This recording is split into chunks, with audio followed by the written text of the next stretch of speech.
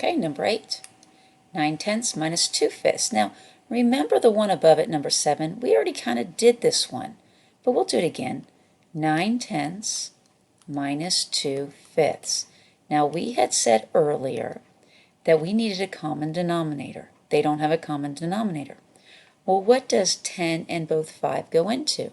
So we need to find an LCM of 10 and 5. So if I put 10 and 5 in a sled, I can pull out a factor of 5.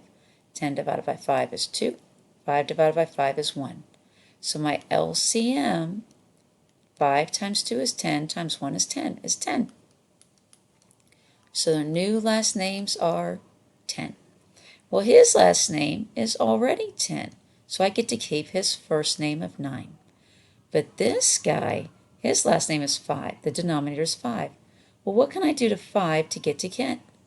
I can multiply 5 by 2 to get 10. So what I do to the denominator, I must do to the numerator. 2 times 2 is 4. So what's 9/10 minus 4/10? 9/10 minus 4/10 gives me 5/10. Now if I were to put 5 and 10 in a sled, and I were to simplify that, can you pull out a factor from 5 and 10? Yes, you can. You can pull out a 5. 5 divided by 5 is 1. 10 divided by 5 is 2.